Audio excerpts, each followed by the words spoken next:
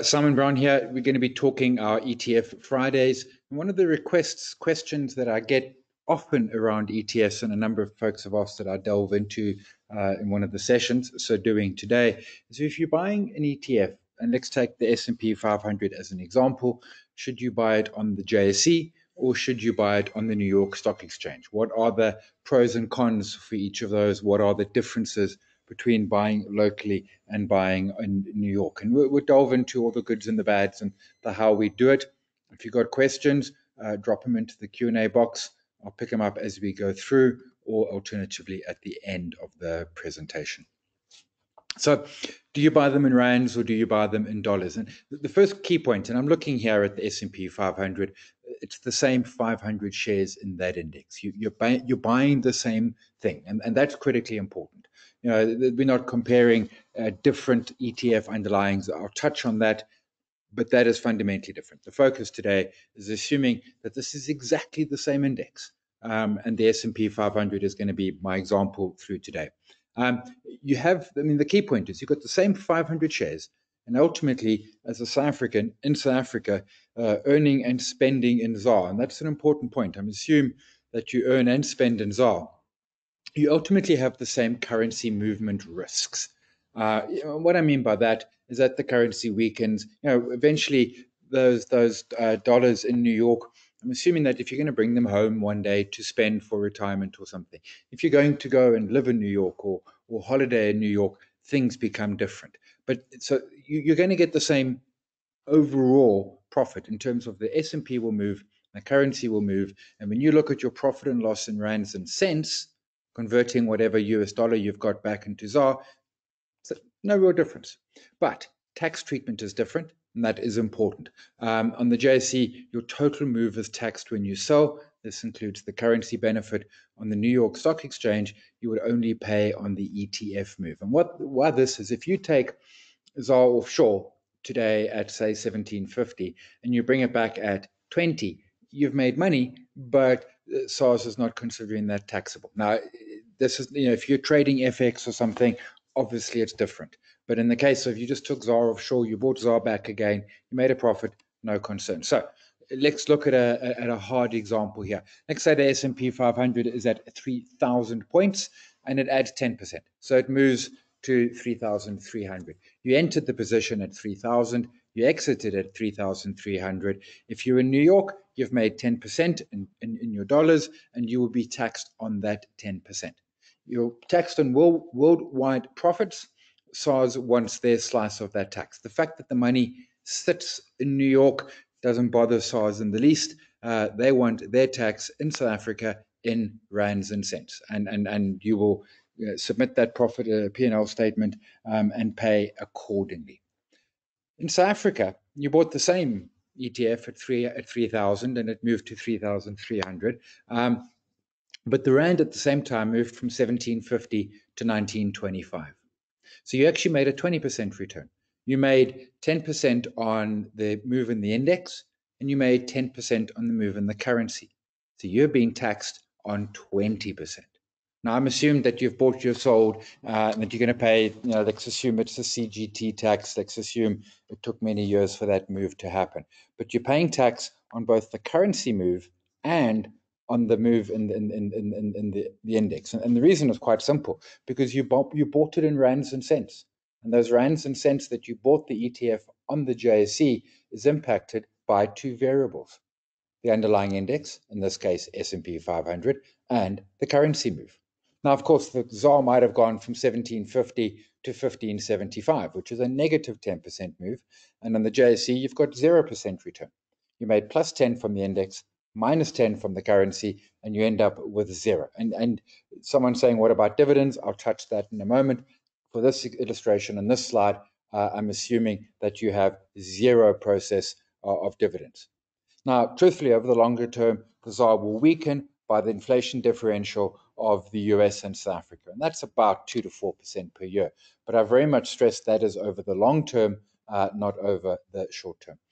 Dave, your tax liability in the US is dividends. I'll touch on that. We can claim some of it back. But if you are a South African resident, and that is your 183 days with, I think, is it 90 or something continuous days in the country, you're paying tax in South Africa. We have a tax agreement with the US. Now, if you're buying in, let's go back to that one. So there is a real issue in terms of over the long term, when the currency is going to weaken. Let's pretend this move from 3 to 3,300 happened over years. Over years, I mean, we have seen the currency strengthen, from December 2001 down to 2006 into 2007. The currency was strengthening. That was a 5-year period.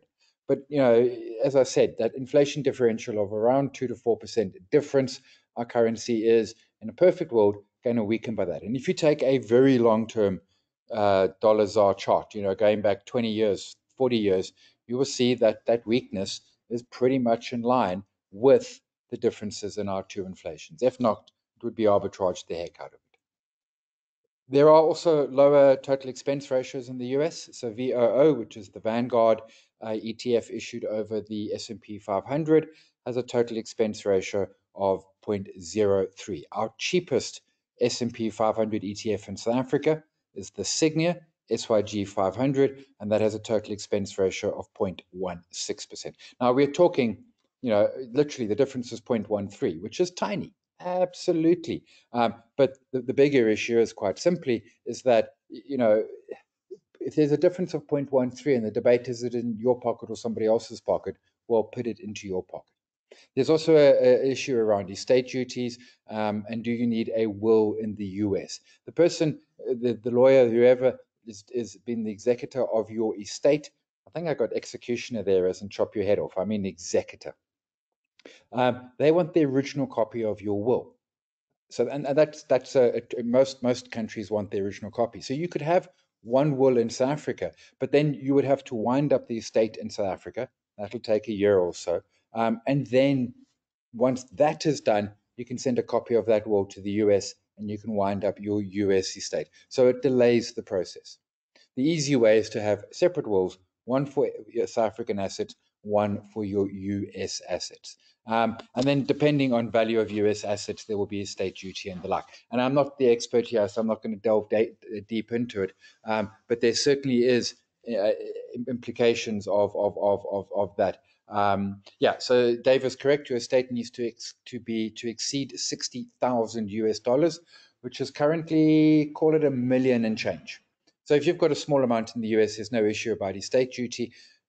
And maybe you don't need, maybe you can take the time and you can say, look, let's do the South African estate and then flip over to the US estate. For most folks, and certainly as your assets get larger, folks are saying, have that second will. And someone's saying, what if I've got money in the UK and in the US and in South Africa? Well, then in an ideal world, you need 3 different wills. Now, depending who's doing your will, you might need someone who's got some knowledge and experience on wills in foreign countries. Obviously, they need to be witnessed and all the rest.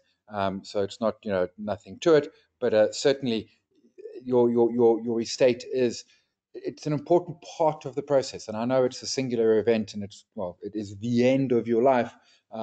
But let's not overdo that. And US estate duty can be quite high. I mean, there's sliding scales and the like, but you can end up paying a lot of tax, and that is a significant area. Now, if it's a small amount, relative to your overall portfolio, we can debate. But if you've got your, significant chunk, a couple $100,000 US, millions of US dollars over in the US, this really can be absolutely significant.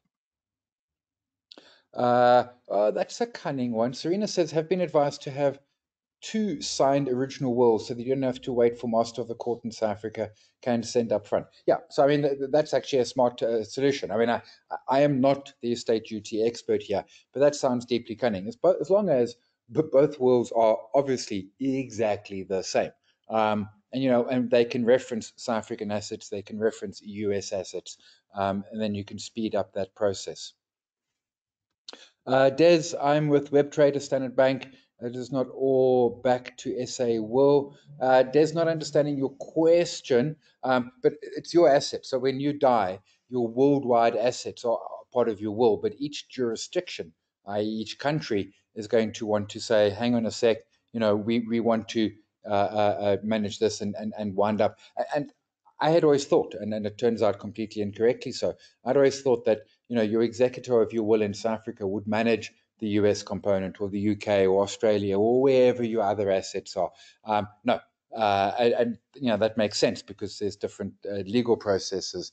You might have liabilities or whatever the case being is in that market. Dividend tax, South Africa, you've got a 20% dividend withholding tax, but we pay 30% on US dividends. Now, the issuer will claim some of that back. If you've got a locally listed offshore ETF, you will see the line in your 3-month cash statement on OST that says, foreign dividend received and then dividend tax. US has got a higher dividend withholding tax, but we can reclaim. Again, South Africa and the US have signed a tax treaty between the two countries, which means that we can claim some of that money back. Globe Tax are the people who WebTrader recommend. I think they charge $30 for 3 calendar years, and they will get your portion back because of that. You're still paying some dividend tax, but we get some of that tax back, and that's quite important that we're able to remit some of the dividend tax back. So, short answer, Fred, now $35. Thanks, Fred. I didn't know it had gone up. I suppose that's because you pay every 3 years. So $35 for Globe tax, which I suppose if you've got $100, it's a lot. But if you've got a couple of tens of thousands or something, it's a small amount, and you can run the math, right? You can say, well, how much dividends am I getting? How much am I losing by not claiming back the tax? And is it worth the $35 over 3 years, which call it $12 a year? So the pros of the US is cheaper total expense ratios, no currency profit tax, and a huge range of niche ETFs. And the niche ETFs, I'm stepping out of what I'm really talking about in this part here.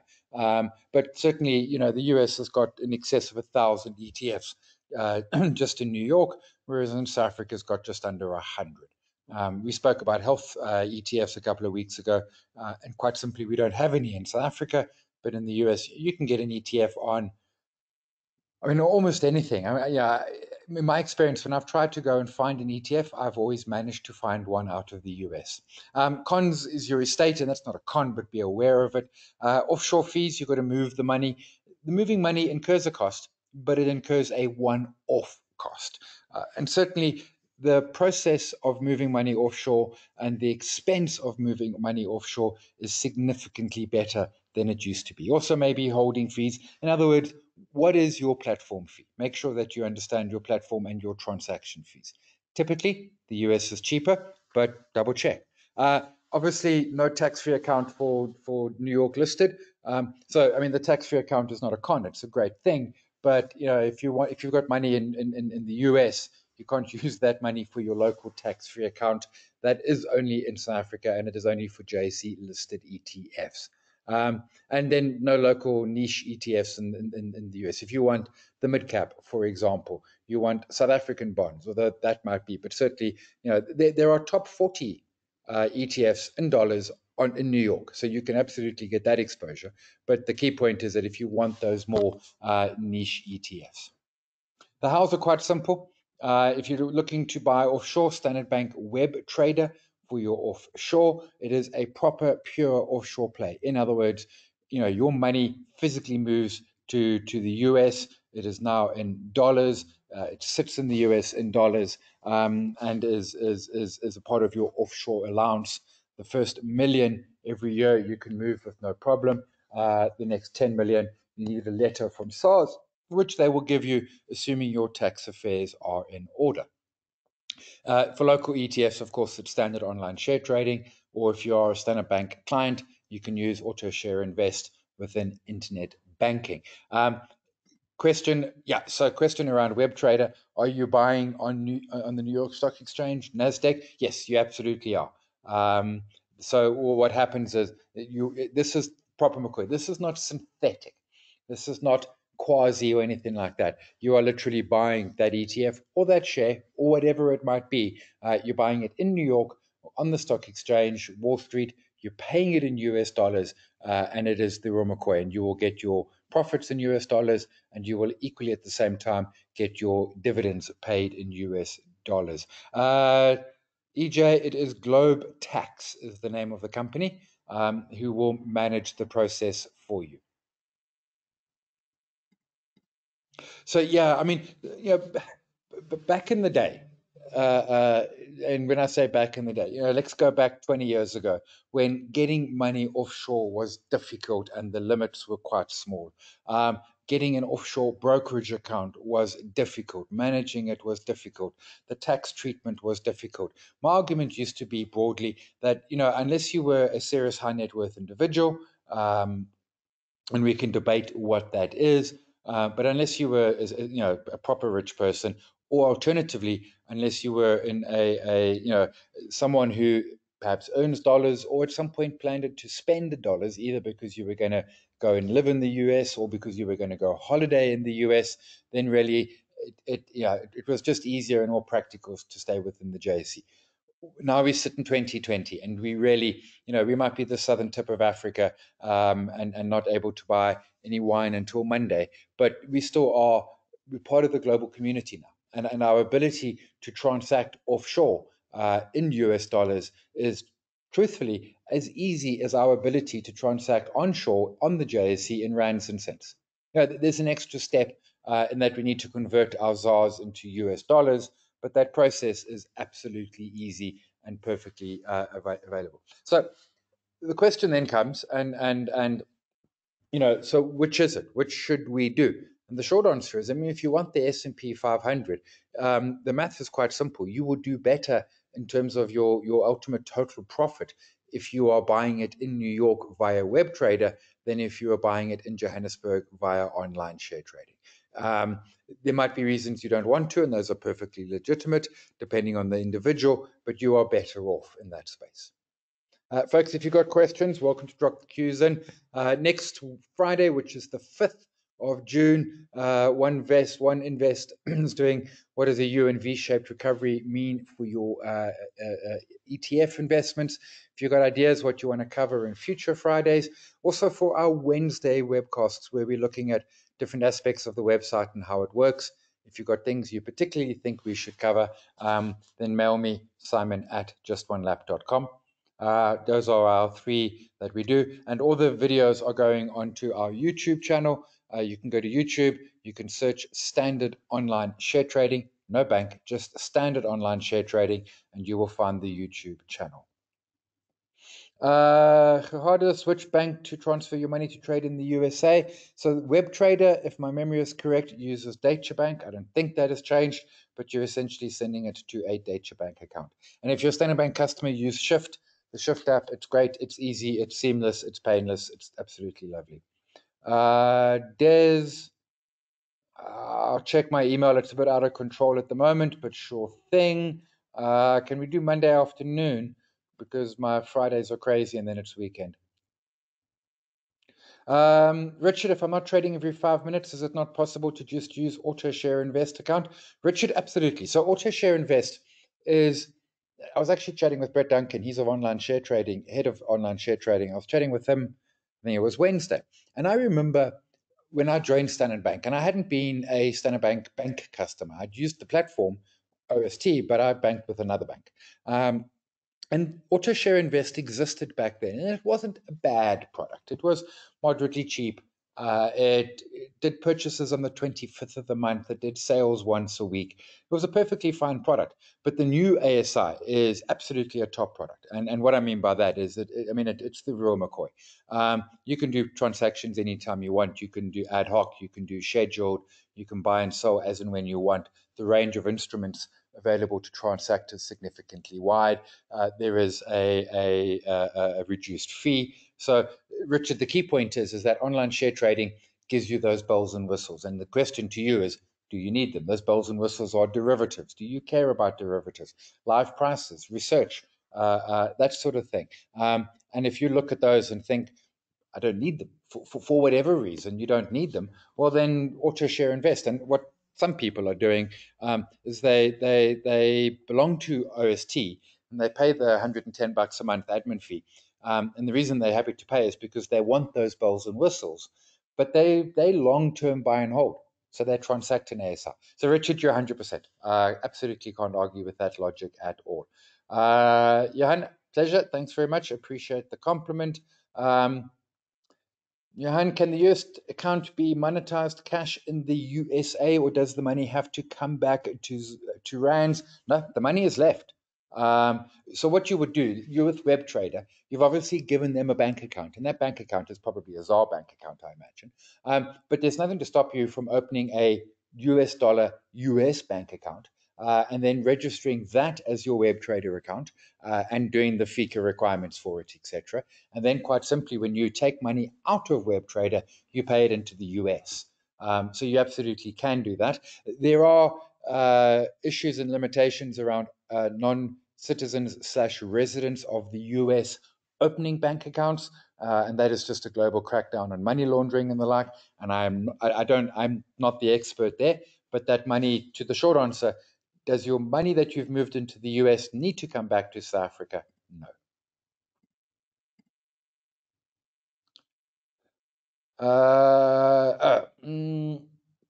So, Simon, the difference between ASI and online share trading. So, ASI's got cheaper transaction fee. It also has no minimum. It sits within Standard Bank internet banking. So, you need to be a Standard Bank banking customer. Whereas with online share trading, anyone can sign up. But for ASI, you need to have Standard Bank internet banking. And then it sits within the internet banking. And there's no bells and whistles. So, it's literally a transactional platform. You buy and you sell. There's no research reports. There's no live prices. There's no, there's no quote page and all of those bits and pieces. So in many senses, it's a stripped down. And truthfully, and it's what I was saying a moment ago to Richard. The new ASI, the functionality of it is probably suffice for most people. I think about my sister, my wife, those sort of folks, my colleagues who just they're just buying some ETFs. They maybe buying the odd share. They're not they don't want the research reports. They don't care about live prices and all of that sort of thing. No interest in charts and everything. ASI's for them. Absolutely, it is. Graham, always a pleasure. Thank you. Yeah. Cunning. Standard Bank opened offshore account for me with WebTrader. That's actually a good point. I hadn't thought of that. Des, thank you. Short answer is Standard Bank can do you a Standard Bank US dollar offshore bank account. You don't need to have an American bank. Make sure it is a proper offshore account. Some of them are just currency. You want a transactional offshore bank account. Dave, you did in bank with passport and a bunch of traveler's checks, was issued credit card, could only get credit card with the social. Ah, okay. So there are some limitations, but as Des was saying, the Standard Bank will be able to manage that for you. Tebogo, is it true with offshore investing you have to weigh stock gains versus currency gains? I mean, yes and no. I mean, your stock gains, your currency, and it goes back to my initial point that ultimately over the long term they will weaken. US bank account bank wanted a local address. So that is certainly the issue these days. Delaware is a little bit maybe more lax, but certainly there's been, 10 years ago it was easy. I was chatting with a friend the other week, and he wanted a US account, and his view was, maybe he would just fly to New York, take a train to Delaware, open the account, and then fly back. The problem, of course, is you can't fly anywhere right now. Can you have a tax-free account on ASI? Jenny, yes, you can. It is again within internet banking, but it is the tax-free account. So it's separate to ASI. It's the same process, but it needs to be your tax-free account. So if you're with Standard Bank, you have internet banking, you can have a tax-free account. Can you transfer shares from OST to ASI or ASI to OST? You absolutely can. It's nice, it's easy. You can do that. Yeah, I mean, Michael, so no bells and whistles. ASI, you can't do limit orders. You stick it in the market. It trades fairly quick. I did a webcast of it a couple of weeks ago. And whilst doing the webcast, we did a live trade and it went through. But it's not instant. There's a bit of a process there. So, yes. And that's what I mean by no bells and whistles. My sister, and I say to her, you can't do a limit order, her answer is going to be, huh? What's a limit order? Oh, sorry. I have an OST. Is there an extra fee when opening a WebTrader account? No, there is not. You open WebTrader, they can grab your FICA docs from your OST account, there's no extra fee. Yeah, I mean, so Easy Equities is essentially a Autoshare Invest, but Autoshare Invest is transacting at 0.15. Easy Equities is transacting at 0.25. The barrier is you need a standard bank account. But if you've got a standard bank account and you've got internet banking, ASI is actually cheaper than Easy Equities. Tom, absolute pleasure. Thank you very much. Mike, pleasure. Thank you very much. So monthly fee. So the web trader monthly fee. So online share trading charges a flat 110. Web trader charges a percentage of the value of your portfolio, calculated daily, charged monthly.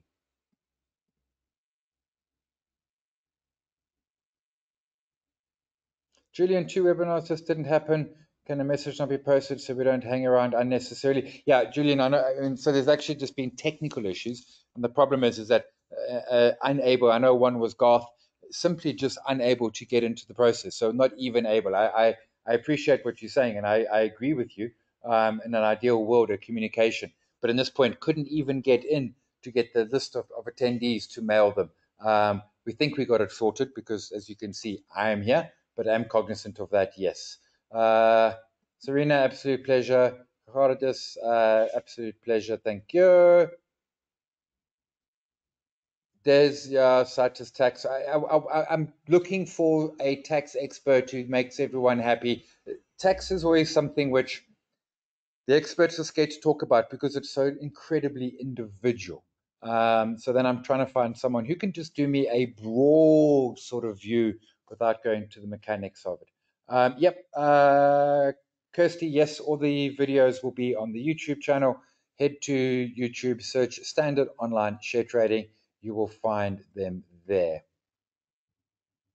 Yeah, John, Viewpoint 175 on top of the 110, although currently Viewpoint is not charging. But yeah, I mean and that's a JSE fee. I mean you're paying for the live prices, then you're paying truthfully a very very small fee for Viewpoint.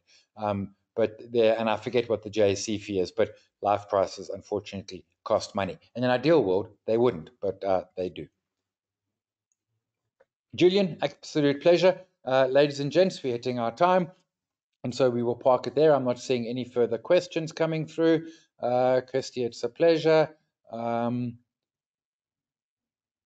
a good question. From a tax perspective, are offshore structured products better than direct investments in the USA? I'm going to dodge the question because it depends on the structured product. Uh, in some cases, yes. In some cases, no. So it really is going to depend on that product. And oftentimes, I mean, for example, there's one coming now from Investec, which gives you the offshore exposure and but no rand benefit, etc. So it really is going to depend on that product. EJ, always a pleasure. Mark, absolute pleasure. Viewpoint is the live pricing within online share trading. If you're an online share trading customer, log on. You'll see the Viewpoint button. You can get delayed for free, but for May and June, you can get live for free as well. It is live streaming prices, it's live charts, and you can trade from it at the same time. Jenny, pleasure. Thank you very much. Ladies and gents, we'll park it there. Everyone have a great weekend. End of May and level 3 on Monday, so we can buy a drink. And I know I shouldn't be quite so happy about it, but it's been a long 64 days of lockdown. Cheers, everyone. Stay safe. Have a good weekend. We'll chat next week. Cheers.